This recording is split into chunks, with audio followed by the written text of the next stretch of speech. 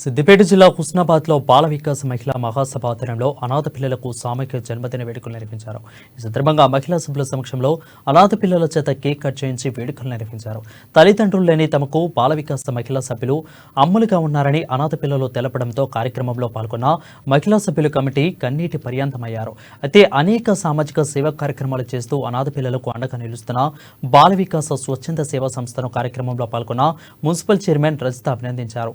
అనాథలైన పిల్లలకు సేవ సంస్థలో మహిళా సభ్యులు అమ్ములుగా ఉంటూ ఆదరించడం చాలా గొప్ప విషయమని అన్నారు. అనాథ పిల్లలను సమాజంలో ప్రతి ఒక్కరూ చేరతీసి హక్కును చేర్చుకోవాలని టిపిసిసి సభ్యులు కేడం లింగమూర్తి అన్నారు. బాల వికాస్ సేవా సంస్థ 14 దేశాలలో తన సేవా కార్యక్రమాలు నిర్వహిస్తుందని తెలిపారు.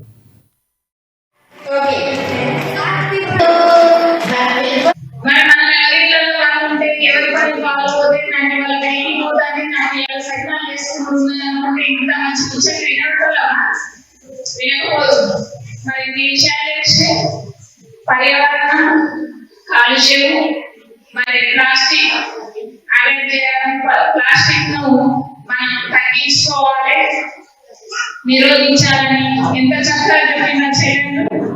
మరి అందులో కూడా మనం భాగస్వామ్యం కావాలి. మన సమాజంలో మన పిల్లలు మంచి కాలుష్యాన్ని, మంచి వాతావరణాన్ని, మంచి పర్యావరణాన్ని, సమతుల్య వర్షపాతాన్ని, సమతుల్య పర్యావరణాన్ని మన పిల్లలు మన భవిష్యత్తులో పొందాలంటే మనం కూడా పర్యావరణాన్ని దాడి చేసే విధంగా వెళ్ళకుండా పర్యావరణాన్ని మంచి చేసే విధంగా ప్రతి ఒక్క